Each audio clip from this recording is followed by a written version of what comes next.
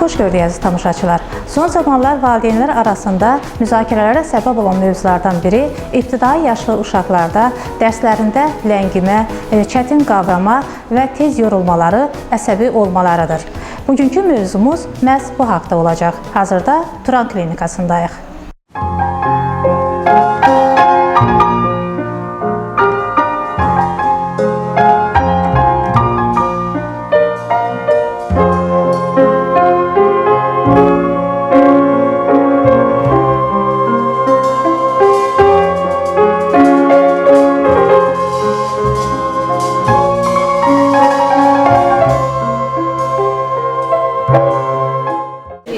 Salamlayacağım və istəyirəm ki, sizi tamaşaçılarımıza təqdim edeyim. Məmmədova Cəmilə, psixoloq, uşaq nevroloqu, EQ üzrə mütəxəssis Tünzalə Rızayeva və pediatr neonatoloq Məmmədova xanımqız. Müasir dövrümüzdə məktəb yaşlı uşaqlarda təhsildə uğursuzluqlar, buna səbəb nədir? Hər bir valideyn övladının normal şərtlərdə yaxşı təhsil ala bilməsi üçün hər cür fədakarlıq edir, istər maddi, istər mənəvi. Dərs uğursuzluğu dedikdə bu hər bir uşaq üçün fərdi dəyərləndirilməlidir.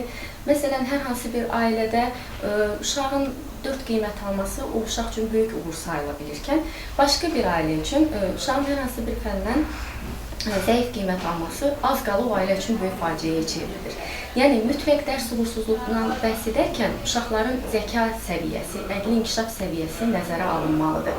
Biz əqli inkişaf səviyyəsinə görə eyni olan uşaqların, yaşlıların birinin digərindən geri qalmasını dərs uğursuzluğu kimi başa düşürük. Dərs uğursuzluqlarının həm uşağın özündən, həm də ətraf çevrəsindən qaynaqlanan bir çox səbəbləri vardır.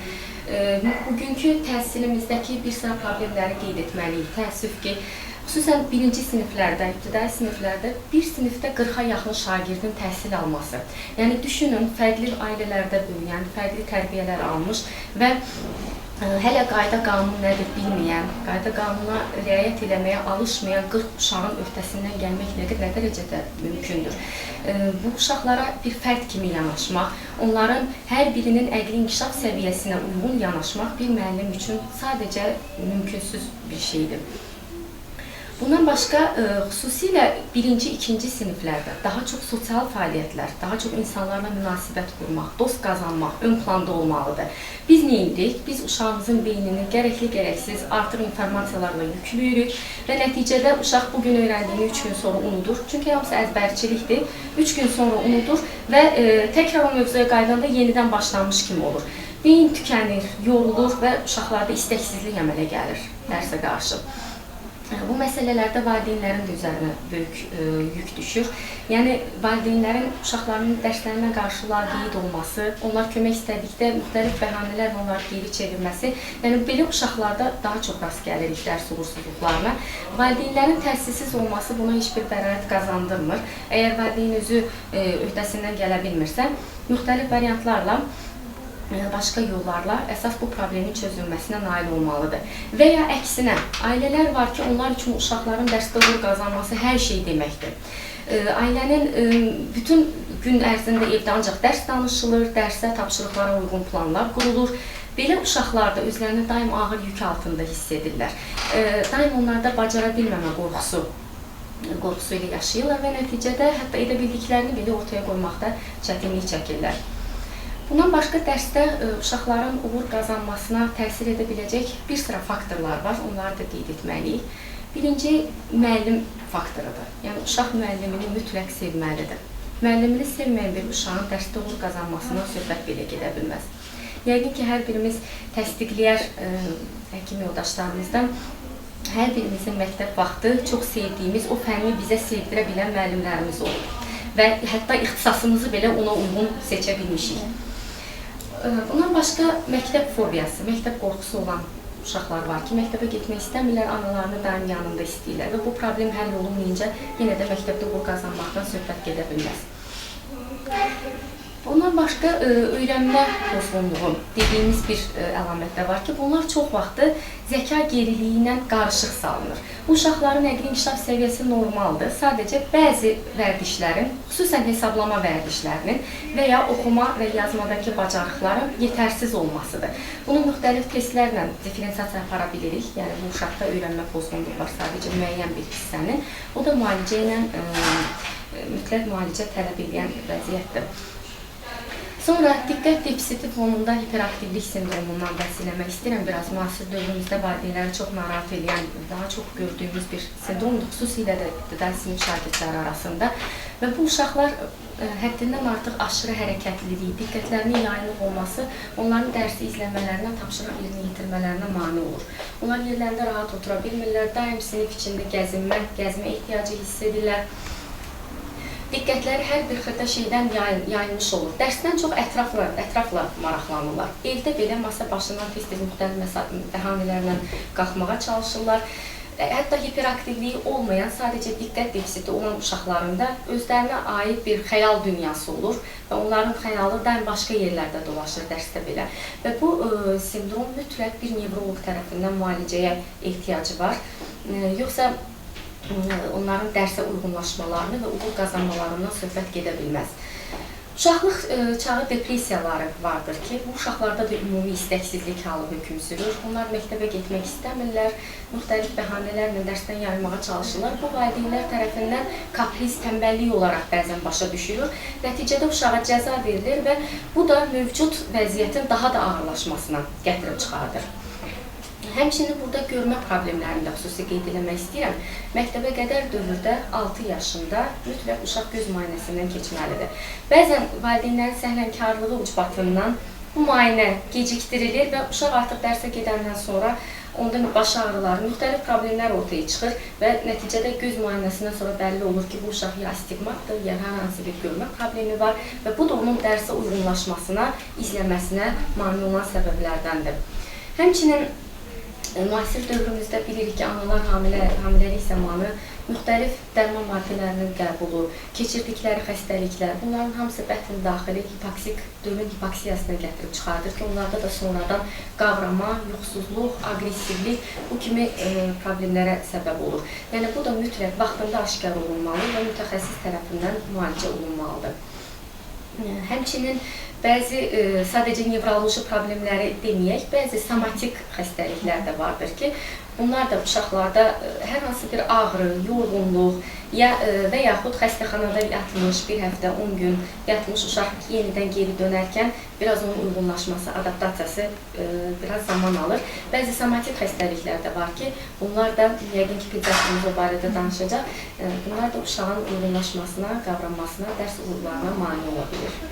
Tünzalə xanım çox gözəl qeyd elədi. İstəyərdim elə onun davamı olaraq somatik xəstəliklər haqqında siz danışardınız. Vaxtından əvvəl doğulan, süni mayalama nəticəsində doğulan uşaqların sayı artmaqdadır. Tibb inkişaf etdikcə doğulan uşaqların yaşama şansı artır, ölüm sayı azalır. Və nəticədə doğulan uşaqların sinir, psixi və fiziki inkişaf problemləri olan uşaqların sayı artır. Qadınlar hamiləlik dövründə və hamiləliyə qədərki dövrdə bir sıra dərman müalicələri alırlar. Və bunun nəticəsi olaraq doğulan uşaqların çoxunda psixomotor problemlər olur. Uşaqların inkişafı təkcə boy və çəki artımından ibarət deyil. Eyni zamanda sinir psixi inkişafa da nəzər yetirmək lazımdır.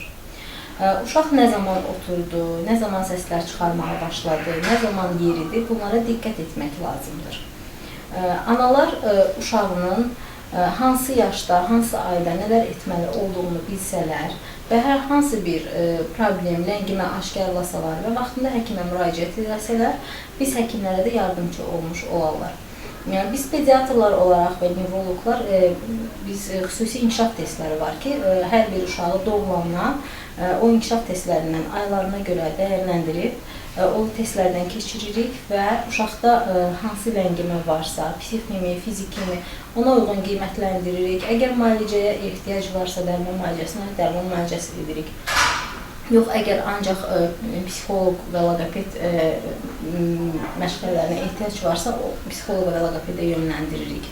Yəni ona görə valideyn ilk növbədə valideyn diqqətli olmalıdır, vaxt-vaxtında həkimlə müraciət etməlidir ki, hər hansı bir problem varsa aşkarlansın. Məktəb yaşlı uşaqlarda dərs davamiyyətinə və dərsdə olan dərs fəaliyyətinə təsir edən bir sıra xəstəliklər var, somatik xəstəliklər var. Bu xəstəliklərdən ən çox rast gəlinən kəskin respirator xəstəliklər, qrip, angina, bronxit, adenovirus, başqa digər virus infeksiyaları, qurd invaziyaları, anemiyalar, revmatizm, çox nadir hallarda olur, birinci tipli şəkərli diabet.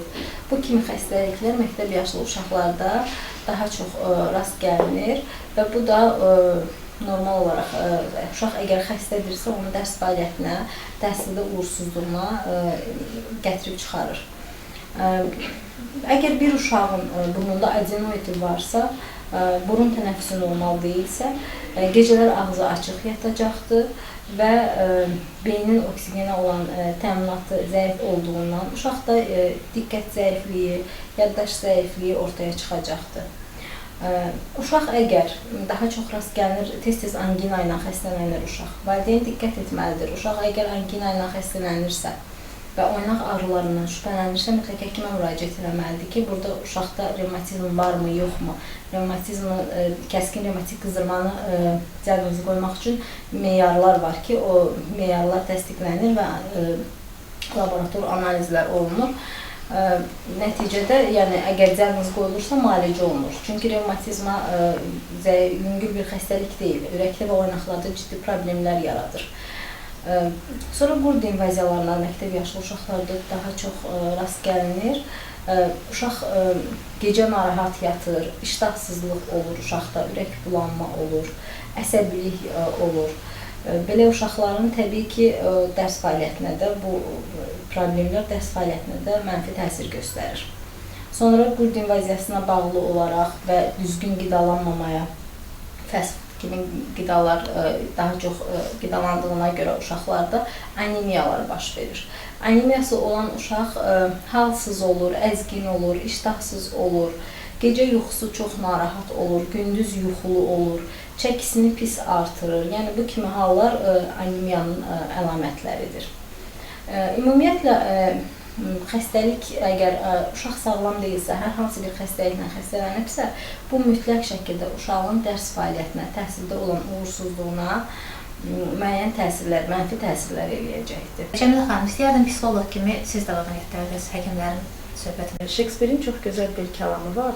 Həyat bir səhnədir, teatrdır və hamımız orada bir rol oynayırıq. Bu kəlam əgər doğru olsa və bunu biz nəzərə alsaq, məktəblilər ilk addımlarını bu səhnədə böyük addımlarını və geniş addımlarını uşaqlar məktəbə gedəndə atırlar. Bunların həyatında böyük rollar baş verməyə. Yəni bu uşaqlarda nə olur? Onların çevrəsində insanların sayı artır.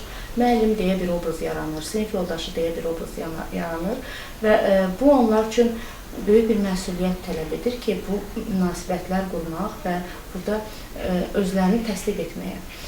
Kiçik məktəblilərin problemlərini dedikdə biz yana toxunsaq və həkimlərimizin sözlərini davam etsəm mən, valideynlərimizə nəyə nəzərdə tutur, nəyə diqqət yetirərlər? İlk öncə motorikanın inkişafına.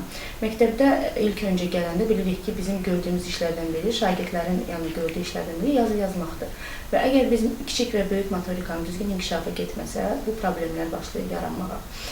Müəllimlərdə də və valideynlərə də çox böyük səbir lazımdır bu işdə.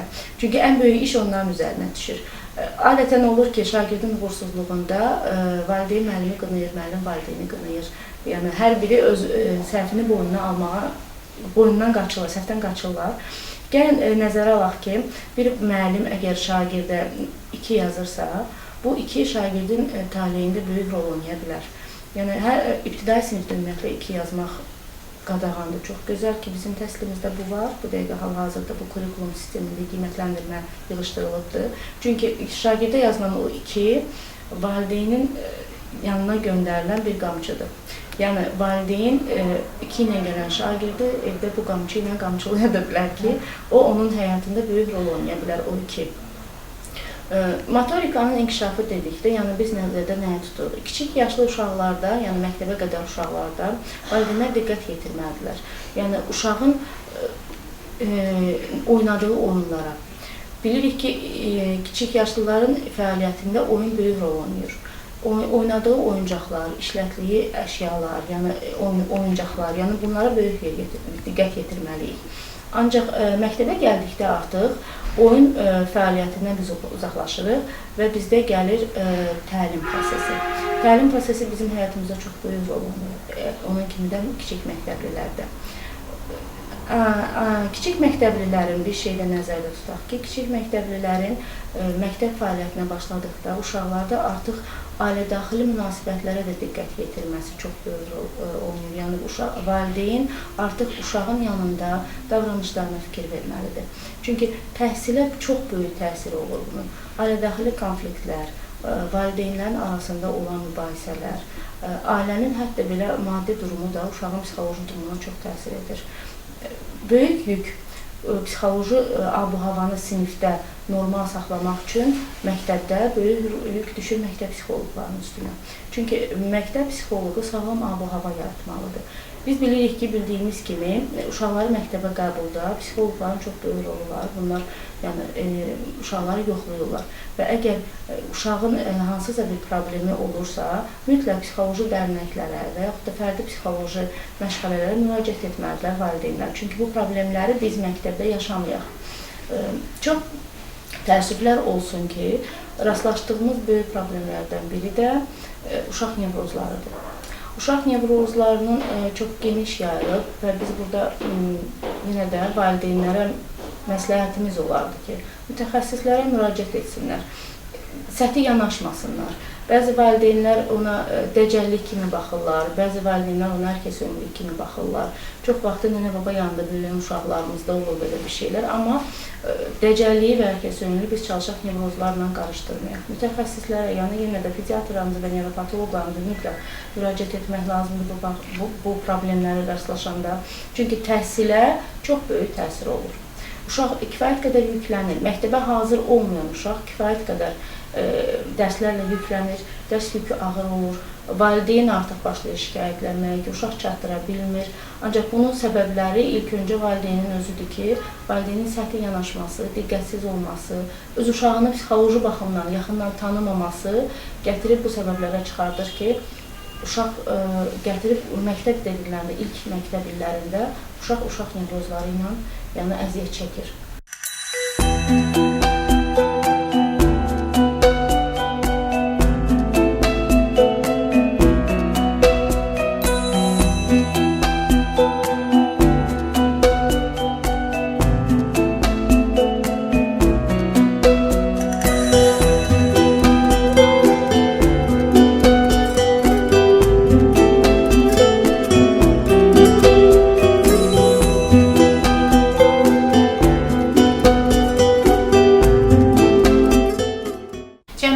Müasir texnikanın inkişaf elədiyi bir dövrdə təbii ki, bizi bir sual maraqlandırır.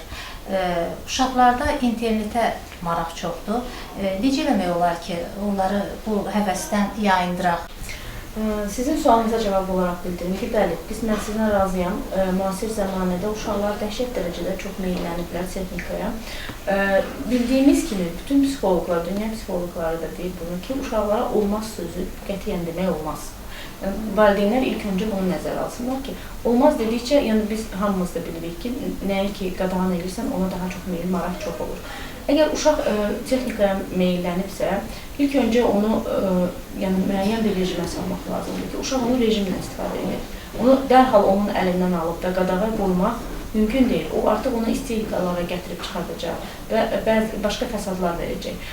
Ən önəmlisi odur ki, İlk öncə onu rejimə salmaq. Sonra isə rejimdə isə baxmaq, nəzarət yetirmək lazımdır. Valideyn nəzarət etməlidir ki, uşaq nəyə baxır və nəyə maraqlanır. Biz iki işi bir arada görə bilərik. Yəni internetdən istifadə etmək olar, amma səmərəli istifadə etmək. Orada müəyyən oyunlar var. Yəni uşağın əqlinin inkişafına köməklik göstərmək üçün o oyunları uşağınızla bərabər oynaya bilərsiniz. Görə çoxlu yəni müxtəlif cizgi filmləri var ki, hansı cizgi filmlər ki, öyrədici cizgi filmləridir. Bu filmlərə baxa bilərsiniz uşağınızla bərabər. Yəni iki iş bir arada olur. Uşaq həm texnikanın, kompüterin qabağında olur, eyni vaxtda oyun oynayır, eyni vaxtda cizgi filminə baxır. Yəni bilirik ki, uşaqlar planşetlərə meyillidir. Bu planşetlərə o oyunları yükləyə bilərsiniz ki, məntiqi təfəkkürün inkişafında, o riyazi bacarıqlarının inkişafına, yəni bu hətta xarici dil, yəni ingilis dilində bilirik ki, xarici dilin inkişafına, yəni bu cür oyunlar biz yükləyə bilərik. Eyni zamanda uşaq həm öyrənir, həm oynayır. Yəni texnika uşağın əlindən alınmır, ona qadağa qoyulmur, amma biz vaxtı səmərəli istifadə edirik və texnikadan da səmərəli istifadə edə bilərik. Ən böyük bəlamız nədir? Valideynlər daim öz uşaqlarını başqa uşaqlarla, qonşunu və ya sinif yoldaşlarına müqayisə edirlər. Niyə o öyrənə bilirsən, öyrənə bilmirsən? Niyə o iki dil öyrənirsən, geri qalırsan? Nəzərə almaq lazımdır ki, heç bir iki insan, iki uşaq eyni deyil. Hər birinin beynimizin götürmə imkanlarımız var. Özümüzün əqli inkişaf səviyyəmiz var və bu səviyyənin üstündə, bu səviyyədən yuxarı heç bir informasiyanı o uşaq qəbul edəməyəcək. Və uşaqlarınızı başqa uşaqlarla müqayisə eləməyin, öz uşağınızı sevin, ona bir fərd kimi yanaşın və onun bacara bildiyindən artıq şeylərlə yükləməyin. Nəticədə uşaqlarda həm baş ağrıları, yorğunluq, əstinq vəziyyət, halsızlıq, bu kimi əlamətlər sonradan fəsad kimi ortaya çıxa bilir. Bundan başqa, daim planşetlər, televizor, telefon, bunlarla məşğul olan uşaqlarda uşaq oyun oynayarkən nə edir? Uduzur və uduzduğu anda əsəbləşir, əlindəkini vurur və bu da uşaqda aqressivliyə gətirib çıxardır. Bundan başqa, müasir dövrümüzdə elə cizgi filmləri var ki, İnanın ki, yəni böyük insan baxanda belə, oradakı personajları görəndə belə insanı vahmə götürür. Yəni bu kimi şeylər uşaqların yuxusuna da təsir edir, yuxu görməsinə, kabus görməsinə gətirib çıxarda bilir. Valideynlər nəzarətdə saxlamalıdırlar. Uşaq nəyə baxır, nə qədər baxır. Ümumiyyətlə 2 yaşına qədər uşaqların telefon və televizor qarşısında oturması tamamilə əks göstərişdir. 2 yaşından yuxarı, hətta bəzən 3 yaşına qədər götürürlər və ondan yuxarı da gündə sadəcə 15-20 dəqiqə. Ondan artıq icazə verilmir. Bir şey də qeyd edeyim, uşağa oynama, eləmə demək əvəzinə, ona bunun yerinə gəl, bununla məşğul olaq demək lazımdır. Ata oturur televizorun qabağında, futbola baxır, başqa bir ana öz işi ilə məşğuldur və ya telefonla danışır və uşaq da əlinə telefon alan kimi, oyun oynamaq başlayan kimi oynama eləmə deyirik. Amma bunun əvəzinə uşaqla məşğul olmaq lazımdır. Gəl onun yerinə bunu eləyək. Ya da atalar, oğlan uşaqları ilə gəl güləşək, boğuşaq. Yəni, hər hansı, mən inanmıram ki, elə bir uşaq olar ki, ata ilə güləşməyi əvəz eləsin bir telefonda bir oyun oynamaqla. Yəni, eləmə demək əvəzinə, nəysə, gəl bunu eləyək, ona vaxt ayırmaq, onunla vaxt keçirmək daha düzgün yanaşmalı.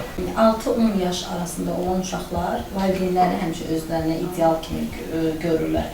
Valideyn necədirsə, onun kimi olmaq istəyirlər. İndiki dövrdə də valideynlərimiz ən çox da anlalar. Telefon əlindən düşmür. Yəni, hər kəs Facebook, yəni internet, sosial şəbəkələrdədir. Uşaq məktəb yaşlı da olsa, balaca da olsa, uşaq anadan nə görür? Ana bütün gün telefondadır.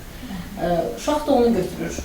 Hətta ana uşağını sakitləşdirmək üçün də telefon verir əlinə. Yəni, 1 yaşında uşağın belə əlində telefon görürük. Müayinəyə gəlir, uşaq ağlayır, uşağın əlinə telefon verilir, telefonla sakitləşdirilir. Uşaq Maşanı tanıyır. Nə bilim, bütün cizgi film xarakterlərin hamısını tanıyır.